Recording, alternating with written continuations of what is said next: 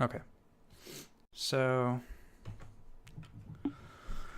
this game was pretty wild, not gonna lie, because this was a team Oh league, yeah, right? yeah, Yeah. Okay. yeah. This is not. We didn't have any good ones, unfortunately. Really. Right. Yeah. When you're queuing up as a non-five man, most games are not going to be that great because you have the uh, one or two people on your team that have to be good as well as the people on the other team that have to play well. So overall, with this game, draft wise, we got very, I guess you could say, lucky that they were like set on doing this draft, which is a cheese draft, Hmm. and we just hard countered that by early on picking globals. But besides picking globals, do you want to tell me what was the thought process behind the rest of the picks slash um, basically what the game plan was and what our win conditions are? Well, well, I'm not so sure about what Stitches brings now, but Okay. I guess he has a little bit better wave clear. Mm-hmm. But we definitely have the globals to move around the map and make the Lox Vikings.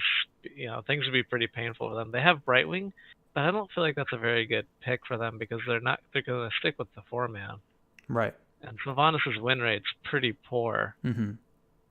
So Azmodan can just kind of stay back and shoot him too from a distance. So really, we don't engage. We just kind of stay back and poke and wear him down. Essentially, that's what it looks like to me. Zarya can push, but yeah, again, the Azmodan and the stitches, and we can get a hook in and put him over the wall or close to the wall and get a lot of damage in. Mm-hmm. Okay, so I would say actually the Asmodan was actually one of the riskier picks for this draft. Actually, ended up working out quite well, but Right. there was a chance. Like the only way this composition wins is that they snowball early game, right? And Asmodan's Hmm. a late game hero. So Right. if they were successful in the early game, this Asmodan may have never ramped up, and it could have been quite scary. Fortunately, it did work out. But what pick would you take instead of Asmodan potentially to make this a little bit more safe? Any thoughts? Well, let's see. We have stitches, so once you get a pull in, yeah, I mean, Jaina might be fine too, or I mean, you Okay. could go with another mage. Yeah. You could go with the damage dealer. I mean, like Greymane to chew him down. Sure. There's a couple options there. Right. So what I'm talking about is that your lanes, essentially knowing what your lanes are. In this case, you have the two globals and the off lanes, right? Those are going to Hmm. be responding to the Vikings. That's the Right. Dehaka and the Falstad. So your three man remains tank, healer, and DPS. And in that setup, you're going to be going up against four people because it's Vikings. So it's going to be Johanna, Brightwing, Sylvanas, and Zarya in that one lane. So the question is basically, which hero do you think is the best DPS to put one versus four essentially?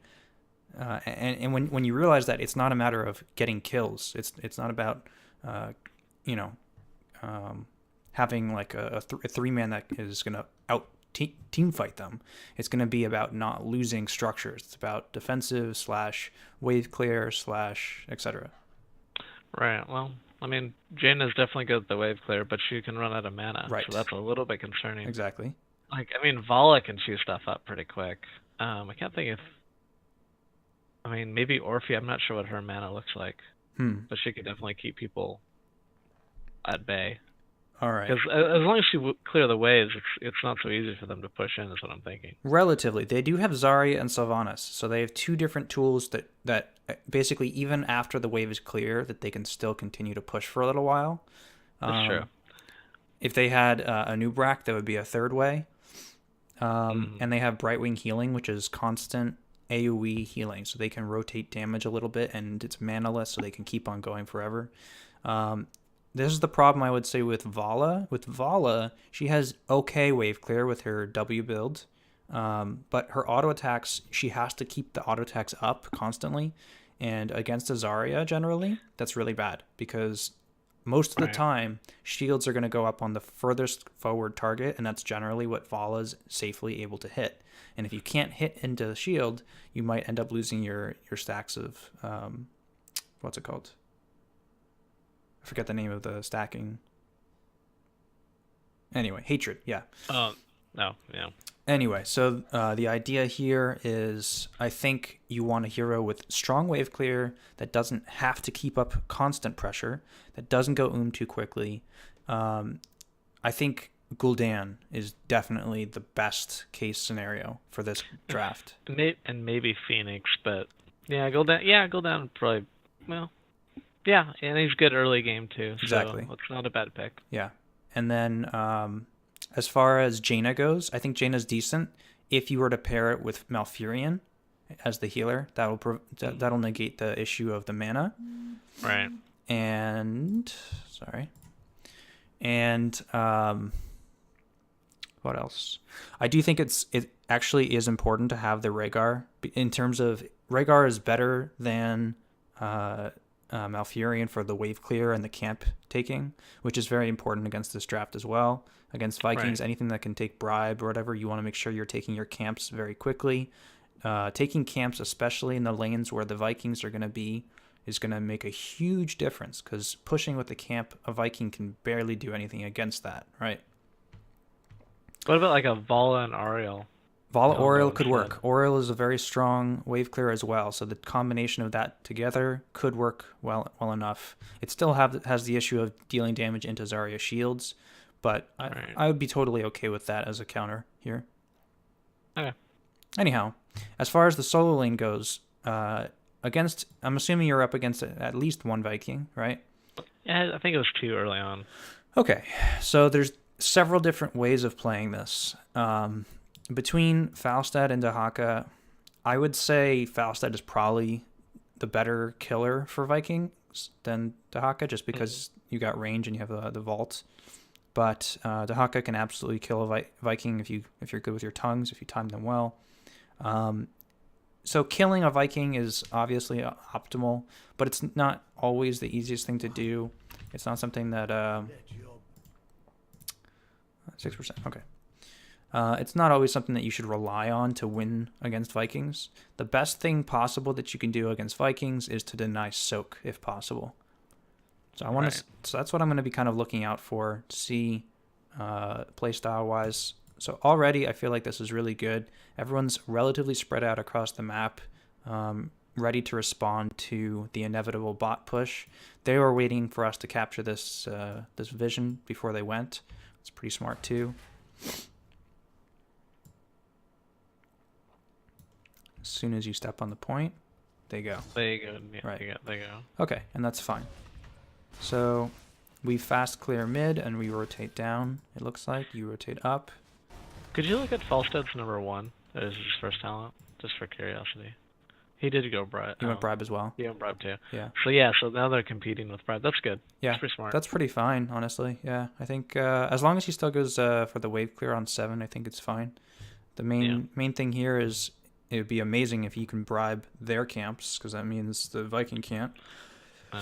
If anything, don't steal steal my campsite. That's what I'm thinking. Because whenever I see a hero with bribe, man, they just chew him up in Hero League because it's just too uncoordinated. Yeah, for sure. The other thing about the Wingman build here is that you have a significantly better damage on your lightning, which can lead for a lot better duel potential, which is actually really good for picking off Vikings, especially before they get the jump ability. So that's just a secondary bonus. So I think you stunned a little bit too early here. Basically, before they're reacting, you might be able to get 2 to 3 auto attacks in even. And if you drag a second later, this guy might be a kill. I didn't even realize there was 2, to be honest. Gotcha. I was surprised. I thought there was just 1. I was like, oh. Yeah. Oh. Okay, so here's where it comes down to. What do you want to do here? So clearing the wave here as fast as possible is not ideal, but because the Asmodan minion is in this lane, it's kind of your only option. It's going to happen anyway. Exactly. So I'm fine with fast clearing this. And so at this point, I see that nobody's mid. That's Okay. my thought process, right? Okay. Yeah. Anyway, yeah. So now I feel like I need to go down to mid. Yeah, I think that's fair. There's a whole bunch of fighting going on down here. Yeah, I don't know how long it's gonna last or whatever. Don't worry about that. So you go for the soak. It looks like you'll probably miss. Oh, you could get all minions. That's good. Okay. So I would say it's not even worth even going for the tongue drag unless it's a guarantee, like if he's standing still auto attacking, just because you don't want to stay here and kill this guy. You have to get back up here. But Yeah, fair enough. basically threatening it. So the difference is standing here instead of here. If you're standing here while clearing these minions, this guy can't come close enough to auto attack and clear these minions really fast.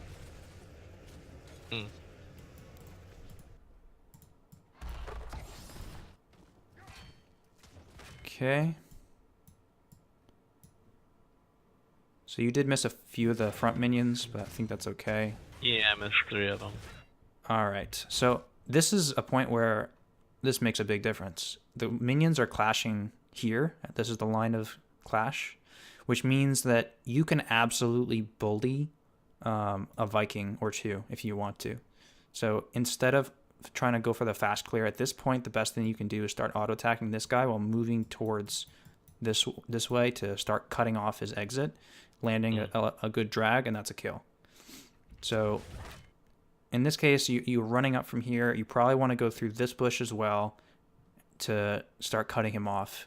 You don't really want to wave clear right now, okay? By wave clearing right now, you are resetting the line to right here.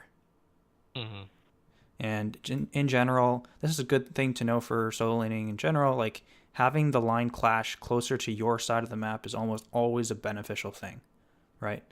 As long as it's not doing structure damage, then it doesn't really matter where it clashes. It's just a matter of safety / gank ability / how much room you have to chase. This is a much bigger room to chase than if it was like this, because the minions are clashing here and the range is here. Yeah. Yeah, I'm not worried about a gank at this point. No, not for yourself being ganked. That's not what I meant. Yeah. I'm sorry. I just mean in general for solo laning, it's always better to be on closer to your side for gank ability. No, I understand. So he's not really paying attention, so it was good. It's a good drag to get him under towers. Okay, really important now. You know that he's not paying attention. Immediately start moving to the left as you auto attack. So far you've missed at least a couple steps. Okay. Yeah. So this could be a second kill because he wasn't paying attention. Let me see. Here we go. Okay. And I kind of want to bring it back a little bit just so you can see what I'm talking about.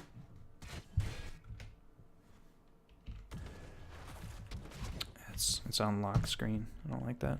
Okay, there we go. So this one is a kill.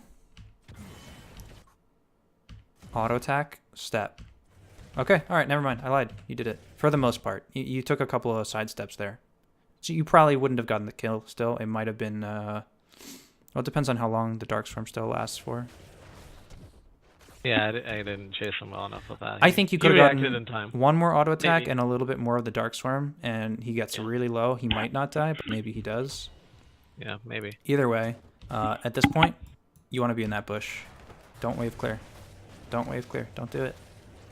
It's a trap. So now the new line is going to be here. Yeah. Well, Asmo threw his thing up there too. Right. So, absolutely. But if you don't fast clear, it still meets here. It takes them time to clear, right? Right. Yeah. Okay, you go for the sneaky play.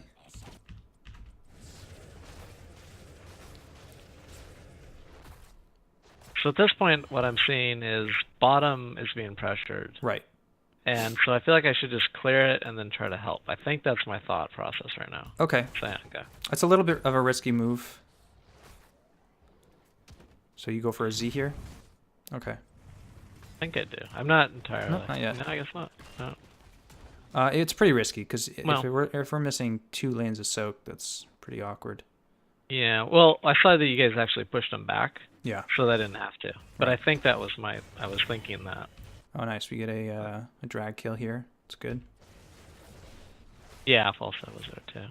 So I would definitely not clear this because of the Yeah, I don't fact need to that continue. Falstad's here already. You got the kill. You should just immediately head back because you're going to start to miss minions up here. Right. So far, one is lost. This is going to be a second one. Oh, this guy's helping you out. He's soaking some of the shots. So you'll end up missing 2 minions. You land a drag. No point in doing this.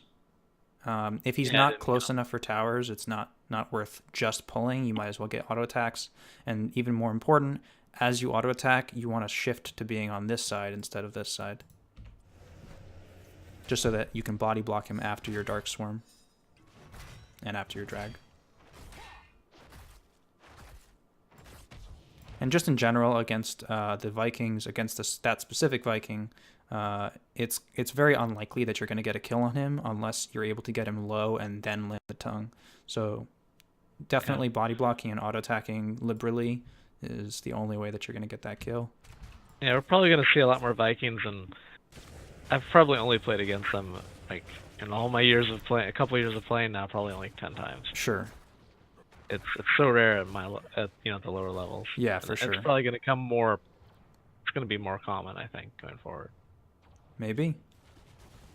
But yeah, no, I mean, Vikings can be extremely oppressive or they can be like a joke. It's like those are the two different things that I find when I see them. Yeah. And knowing how to play against them and whatnot is super important because if you're playing this lane correctly, a lot of times they get like maybe a quarter of the XP from the minions and you might get kills. So it throws the balance significantly in your team's favor because as you can see they get the bottom wall, um, but we're still ahead of them on XP so far. This could be even more so, I think, but yeah.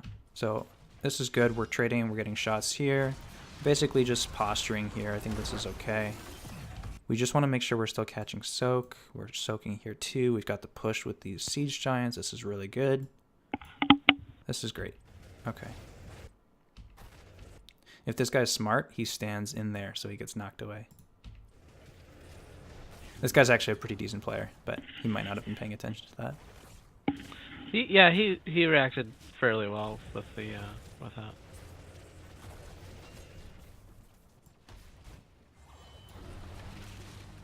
I'm not sure why these are not showing up as anything, but Yeah. oh well. Something This is my died first on their match with team. this group. Like, yeah, something died, but maybe. Oh, I think Falstad got a kill bottom. Oh, okay, on one of the Vikings. Yeah, that makes sense. Yeah, I It's the think little that's what it little is. number. There's 3 of them. Oh yeah. Huh. Right. All right, so this worked out very well for us. Even giving the entirety of the mid shots, we get the entirety of the top shots plus hard push on bottom with the siege giants. Really solid. We really should be trying to take this fast. This is a little slow. I think I wanted to take them, but yeah. We should have been kind of matching this. This was a slight hiccup here in terms of our play. We're not Right. soaking... Once they took it, then we can take it and have it push. Right, absolutely. And Almost seems like it's advantageous to get it second. it's always definitely better Yeah. to time it so that you're capping it maybe 10 seconds after they have, because then it's going to clash once again in this area, and then your towers are actually helping you to clear theirs and whatnot. It's significantly safer, easier. So, Yeah. I think in this situation, these two don't have to be together. They can do one bottom, one mid to catch soak. 2 of us need to be capping this. I think Rhaegar and probably Faust. Either one, honestly. Either one can clear this. Either one can soak top. Is this a kill? No. Maybe now though. Oh yeah, no it is. Definitely. All right, but now we have to clear this, hard clear this, and we don't have the camp. So this is not ideal. Definitely would prefer to have Asmodan in the group so he can clear with his Q, and then one of the globals probably you to be double lane soaking. Right now we're going to miss a lot of bot soak. But it is very important we wave clear this very quickly because it's a Sylvanas pushing. Right. So we want to get this minion right here down as soon as possible. Asmodan even comes up top. So we have 5 members here. We kind of need to get value for this to be worth it. We do clear it relatively quickly, I think. But once again, we're missing a lot of soak. Alright, we have the minion here at some soak. And so I did go down at that point. You did. Perfect. Excellent. I really think this is the right call. Yeah. Well, I mean, since I'm there, I didn't feel like it was terribly important to go, you know, before a little bit was cleared up there. Yeah, absolutely. Okay. So in this situation, I think killing the Viking is really not that important, mainly because, once again, you need to get to this wave again afterwards. So going for speed clear, not worrying about the Viking is, I think, generally okay. Yeah, if he wasn't paying attention, I figured it might be a kill, but otherwise, got it. Yeah, just...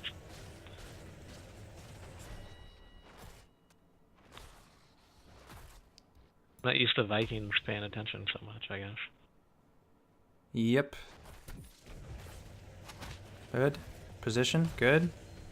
Oh, that should have been a kill. Okay. So you made like maybe 1 or 2 minor mistakes here, and that's gonna probably cost you getting that kill. Okay.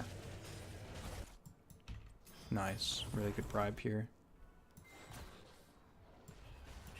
Okay, so they are hard pushing this top. We're sacking really nicely with Asmodan. Global's doing global things. We have 10.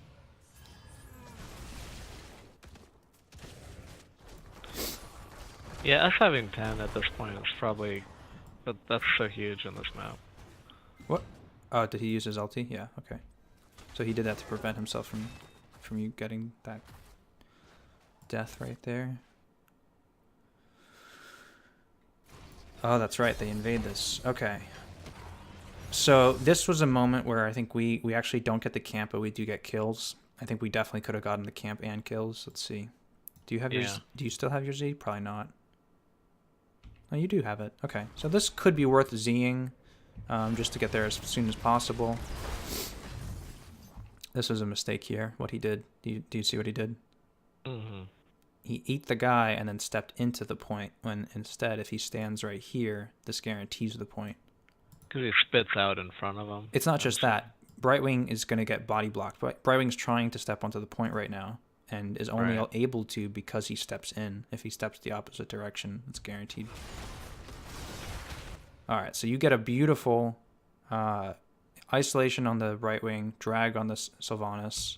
This is really good, except for the fact that nobody's standing on the point. And you're in the middle of a drag, so there's no reason why you can't take a step. I think I'm actually blocked. Well, I might be blocked at that. Yeah, I'm trying to get kills because it looks so juicy, but it doesn't work out. Well, we get 1, so I guess not too bad. Yeah, we get the kill, which is good. We lose stitches, though, so it's a 1-for-1 so far.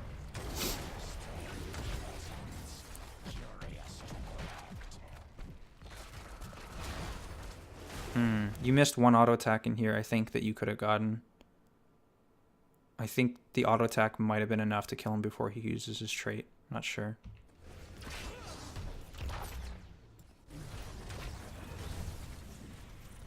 So this actually is not great for us. We get 1-for-1 on kill, and they get our camp. It just could have been a lot easier and better if we played that slightly cleaner. Both Stitches stepping or body blocking for the point, as well as you stepping on the point just briefly there. Could have been different. Nonetheless, there's bot shots, and we're getting those for sure, 100%. So structure-wise, we're well ahead. And wave clear, we have fantastic wave clear, so it's not the end of the world that they got the camp. We got the objective, so yeah, that's definitely. something. So I see you doing this quite a lot, where you're dragging and pulling the full distance without any auto attacks. In this particular instance, it's fine because you don't want to hit into the shield. But a lot of times that I see you do it, it's not worth doing for just the repositioning, I guess you could say. This guy is not paying attention. Okay. Yeah. That works out. Time.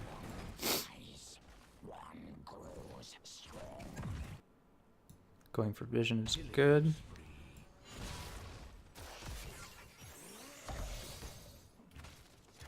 Yeah, at this point I don't really have a lot to do. Yeah. Doesn't seem.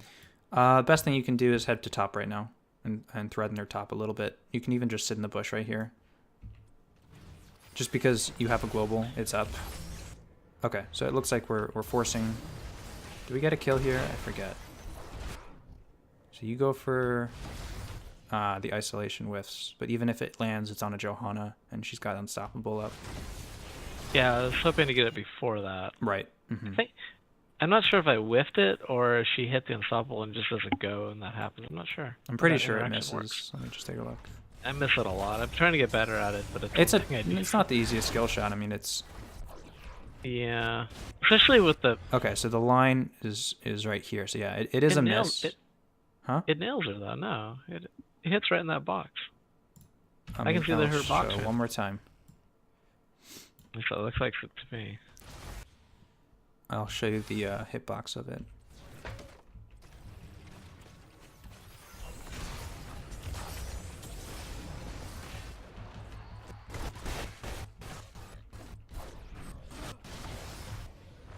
Yeah, okay. Did you see? I'm just a little bit ahead. Yeah, just a little bit. Like if you waited an extra 0.5 seconds and it lands probably, but either way, it's got the unstoppable. Yeah, it's a bummer.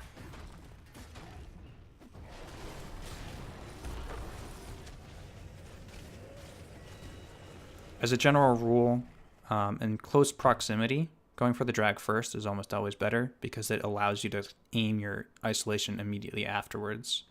And if you went Feeding Frenzy, which you did, it allows you to do another drag after the isolation. So you get drag into isolation into drag. Does that make sense?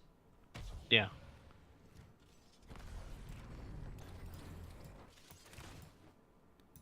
This is fantastic. Oh, never mind, he showed. I think they saw me. So in this position, yeah, I'm not super happy about this just because you're a global and you're in the middle of their team. So I'd much rather see you take the place of the Stitches at this point. We don't really want to fight right here. I guess they do. Oh, it's a Viking still. That's a Viking down there. We have level 13. All right, we get the Stitches Gorge. So with that, you don't have anything to use except for your auto attacks. So this should still be potentially a kill. Oh, we used our Q here. Okay. So there's definitely not going to be enough damage to kill the Sylvanas, especially with the expulsion. Right.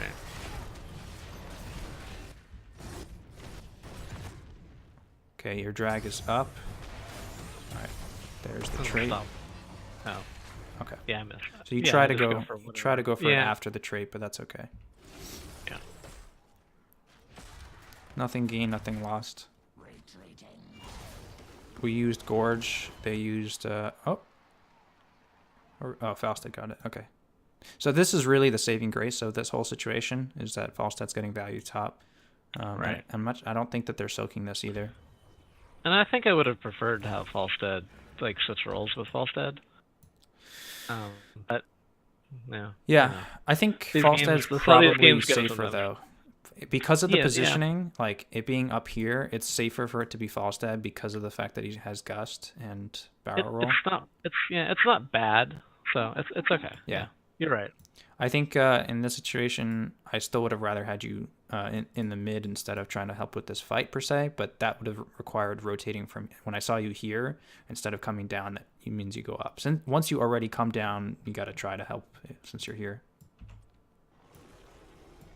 So where are you now? Did you back?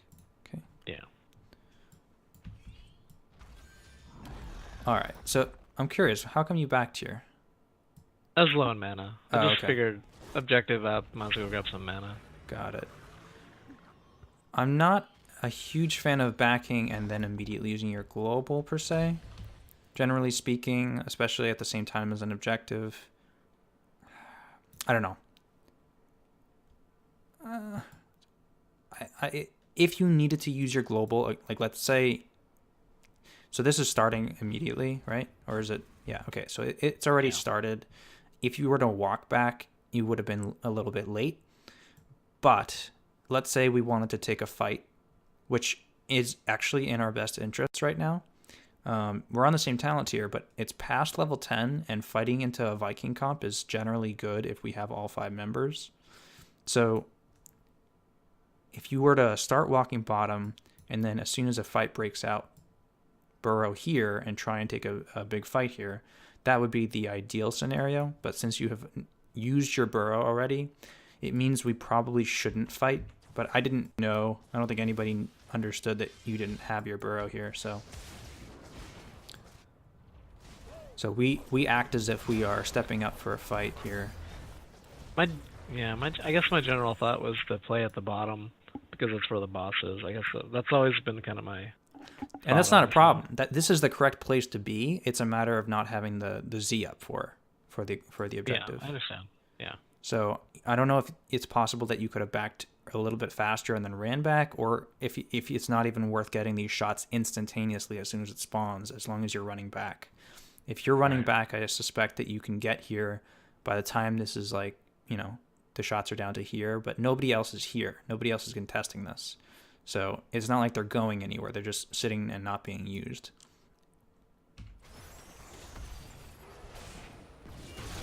So we are posturing here. This is fine. And we're actually getting shots in. It's pretty crazy. And that's the thing, is that their team fight's really bad. Like, I think we actually hold our own here 4 versus 5. Well, not even 5, because they don't really send Vikings, so it's a straight 4v4, and you're taking bot for free.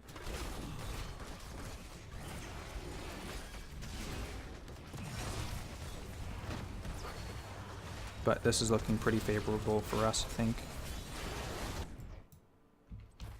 Yeah, Sylvanas doesn't seem to have the punch. Nope. At least yet. Alright, it looks like Vikings showed up, but it's a little late. Sylvanas is already dead. We get pretty much all of these shots. Yeah. And we get the entirety of bot shots. So it didn't work out against us, essentially, but I don't think that this was the right play of Zing bottom, if that makes sense. Against a better team, that shouldn't have been the situation. Like, they should have been able to at least not lose in 4v5 here, even though their composition is not great for team fighting.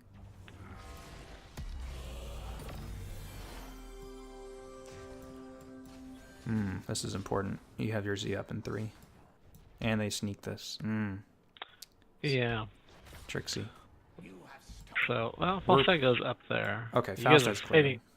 Yeah, it's kind of crazy we're fighting or pushing so hard right here, though. Yeah, this is a bit deep, honestly. They actually help us by doing that a little bit. We get it. Yeah, we got a kill. It's mostly that there's no reason for us to play defensive right now, I guess. They already had Sylvanas dead, so there's no reason for us to be scared on the map. Yeah. We have the 2 globals. They're handling these things, so this is okay. I have no problem with this. Yeah, it's not too. Yeah, it's okay. Yeah, we get some good stuff out of it. Actually, I think we just hard push here, don't we? No, we don't. I lied. Okay. We can force with the boss now. Oh, we get another kill? Oh, it's a Viking. Okay. Falstad does have his global. I think this is definitely a good time to go for boss. We have 16 talent tier advantage, and we want to force, especially now that they have death timers rolling. So if they show up, we just basically stagger. I would say the one condition here, so there's different ways of taking a boss fight. If your goal is to actually take the boss itself, then you want to be standing on the defensive side, basically your side of the map, so that if they come, you can back away to here and let them take aggro of the boss and then re-engage as soon as it's getting low. But in this position, what we're really doing is we're trying to force the issue with the boss. So the boss is a secondary concern. And that means we want to be positioned on this side of the boss with somebody in this bush ready to force the fight.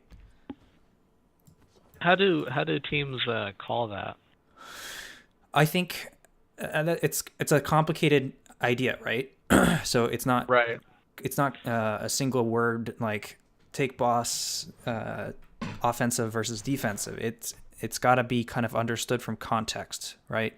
In this particular scenario, the only scenario I would say you don't need to put somebody here and you basically want to have everyone here or everybody burning the boss quickly is if there's no possible way for them to contest it. If they have 3 members dead, right? 2 members alone, and presumably 2 members that don't have like crazy AoE damage like a Kel'Thas or something crazy. 5-man hard committing to burning the boss as fast as possible is the right play. You don't need to be sitting anybody in this bush. It's not worth it. Because even if they come, best case scenario is you get 1 kill and it takes 5 to 10 seconds. Maybe the boss resets, maybe not, but it buys time for the enemy team. Those res timers are still ticking for each member. So those 2 members, they can't contest this, so it's not worth doing anything about it.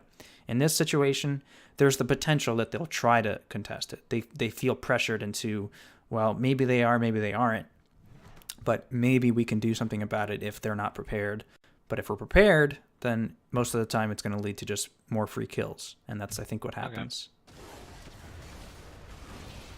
Okay. So generally speaking... Yeah, I don't actually think they're going to try against it, but I'm wrong. Yeah. And so I was actually surprised for them. I wouldn't personally. Right. It seems like a game-losing situation for them. That's the whole point, is that you're forcing them to make bad decisions. If they contest, it's a bad decision. If they don't contest, it's a bad decision. Because if they don't contest, we get the boss as fast as possible, and we still have 16 talent tier advantage, and we can push hard in the bot lane and probably end the game with the boss. So this is the beginning of the end for them. Them contesting, like best case scenario for them, they contest and distract us, essentially, and prevent us from capturing the boss immediately without losing anybody. That's the key, is that they're not trying to win the team fight. They just want to prevent us from taking the boss, make it too difficult. Because if you're juggling trying to take a boss and team fight right here, it can be very difficult, right? Right. And that's the key. So, and that's why it's important to not be positioned actually on this side. We should be transitioning over to this side very soon. As soon as they show, that should be the thing. Problem is this guy right here, and this is true for what's it called? In general, the tornado always spawns wherever the players are. So if everybody was actually starting out positioned here, the tornado would spawn on this side, and then it would work in our favor actually. But in this case, it's actually hurting us significantly. It's like acting like a tornado, preventing us from getting over. Okay. Yeah, so we do make our way over, and the boss is being leashed. Okay. So this is fine. We do want to force this fight. We have hook still? Yes, we do. And it was a great hook to prevent the Z, and that's a free pick. Great. Now that we've gotten the pick, we just go right back to the boss. It's still hasn't recovered its health. It has to be leashed 3 times in order to recover its health fully. Before then, it's going to just slowly recover health, so this is totally fine. Generally speaking, when you're playing a Dehaka, I'd prefer it to be the Dehaka that's actually in the bush, because in this situation, if somebody walks up to here, I guess Stitches can gorge him, but it's much better for it to be you so that you can drag them into the rest of the team, if that makes sense. Yeah, Stitches kind of has the same. It's similar, but the difference is that you're burning your gorge. Let's say they come up all together, right? Well, I'm just thinking the hook kind of does the same, similar. Pull them in. No, it's not the same, because the difference is if you're standing in this bush and you get a drag on somebody that comes right here, you can bring them to here, right? Right. With hook, he has to be standing in the bush, so best case scenario, they get hooked to here.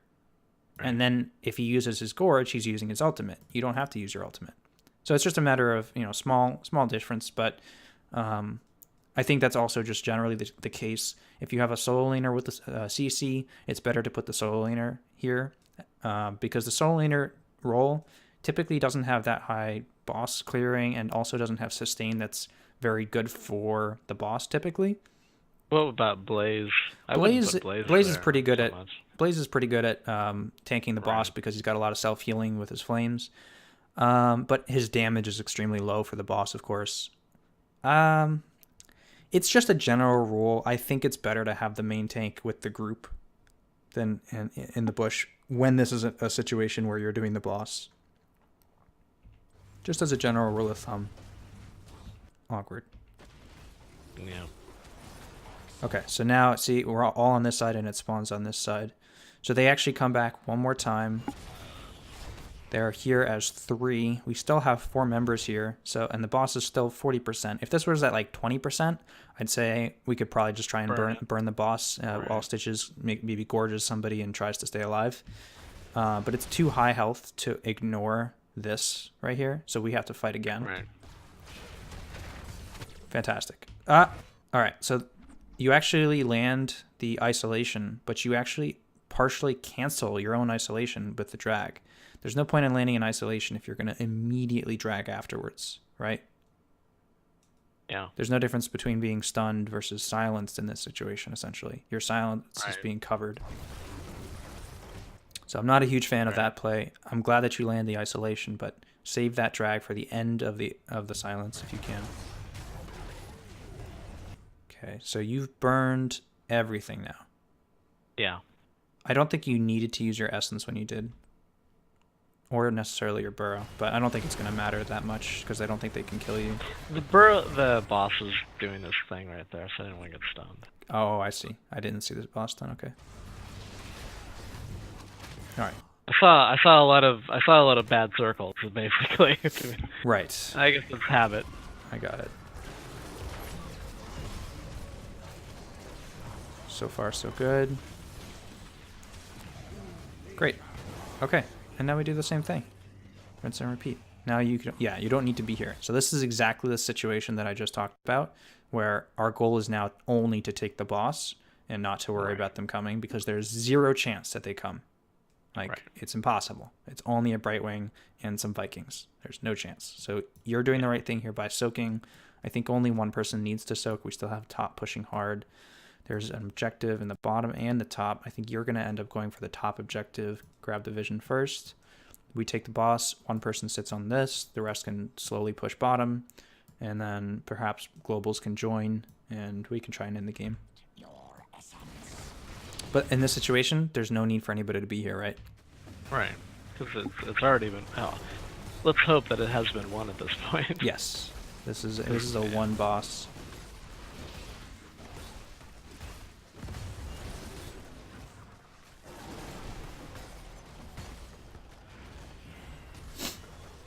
Alright, everybody's back in for health and mana.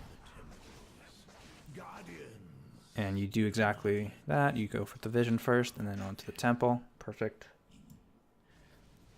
Boss is off doing its own thing. I'm not super happy that this is just left open. A Viking could potentially try and grab it. But I think because everyone had to back, that's sort of just what happens.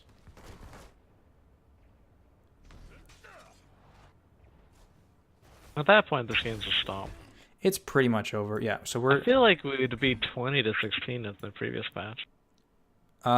Based on kills or whatever? Or... Yeah. Maybe. Perhaps. I mean, this wasn't a super high kill game. Yeah, that's true. But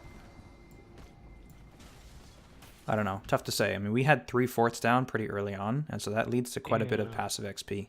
And they don't have any experience. Yeah. Yeah. They don't have any. Like here, we can actually look at the breakdown of XP, can't we? Doesn't it show? It doesn't. Try on one of the. Try hovering over the numbers. No. I don't know. I'm not sure why it doesn't work. It does it in game. Yeah, I know.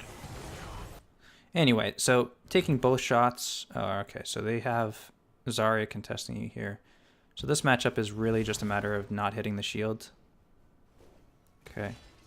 Well, it's over. Yeah, you're not even looking to fight, right? Yeah, there's no point to that. Great. Both shots are taken. We're pushing every lane, basically. And this core is at 22%, so we can just run at it. Yeah, basically, I don't. There's nothing for me to do anymore. Do you have your Z? Yeah, you have it. Good. Yeah, but there's nothing really There's to. nothing to Z to, yeah. Really close. Yeah, it's. I was actually looking around on the map. I was like, oh well. Yeah, this map doesn't have a lot of Z spots next It's to the kind of like Cursed base. Hollow in a way. This is That is the probably the same problem. closest. Yeah, yeah. There's not a lot of There's nothing really options. exciting. Yeah, Yeah. nothing really exciting. Yep, pretty much. Everyone's just playing around until you finish it off. Yep, pretty much. Anyway, so that's pretty good. I would say that the one thing I want to see a little bit more of is creative thinking against Vikings. Like understanding, and that's what a lot of matchups come down to is knowing what the other class wants to do or what the other hero wants to do, and preventing them from being able to do it.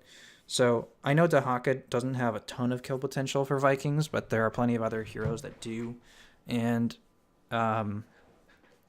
just kind of always be thinking about what does the Viking player want to do and how can I prevent them from doing it. So fast clearing waves, generally speaking, you only want to be doing that if you're trying to push structures or if you need to double lane soak. So those are the only two reasons I would ever say to go for the fast clears. Other than that, I think that was a pretty easy game for Dehaka overall. The only time I feel like you weren't in a place where you should have been was in that bot fight. I think mid would have been better for just pure soak, but other than that, I think that was pretty solid. Okay. Yeah, I'll play around with.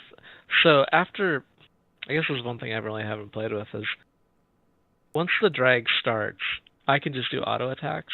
Yeah, I have a habit. I mean, obviously, I have a habit of trying to pull them back to the team and everything. right. But I should just maybe sometimes just do auto attacks after the drag. Okay, So there's that's not something I've seen a whole lot of. yes. So actually, there's basically the best thing you can possibly do is land the drag and pull back slightly and then stop. This is specifically for team fights because it's significantly easier for your teammates to hit a target that's standing still than a target that's moving. And you'll notice this in That's a good point. pro games, pro players that play Dehaka. Most of the time when they do a drag, either it's a follow-up stun or it's the first stun, but either way, they stand still. They don't move the target. And there's a very real reason for that, which is that targets that stand still Right. die, right? It's the Anna thing. Yeah, Where it's hard to hit, if things are moving around too much. absolutely. Right? With skill shots, standing still targets are very easy to hit. Ultimates are easy to hit. So just move them out of position a little bit and then let the team. If you're doing a drag, Bang yeah, them. that initial maybe half a second, which because nobody's going to be immediately ripping their skill shots within the first half a second. So it's okay to start moving them a little bit out of position and closer to the rest of your team so that everybody can hit them. But as soon as you're within range of everyone on your team, there's no reason to pull them any further back. Okay. So, and then the other thing is, That's pretty detailed. I wouldn't have known that watching replays. sure, yeah. And then in solo lane and whatnot, if you're in a winning matchup, right, a matchup where you want to be continuing to trade with them, dragging and then moving around their body while you auto attack to body block on the other side is actually quite important. Generally speaking, with Feeding Frenzy, a lot of the matchups that you don't normally win, you start winning because you have so much uptime on your stun. It's really important to make sure you get every auto attack in because you're getting that cooldown reduction. Right. And against the Vikings, I think there was at least 1 or 2 kills that you could have gotten if you did that a little bit better. I think that covers it. Cool. Do you have any questions? No, thanks. Okay.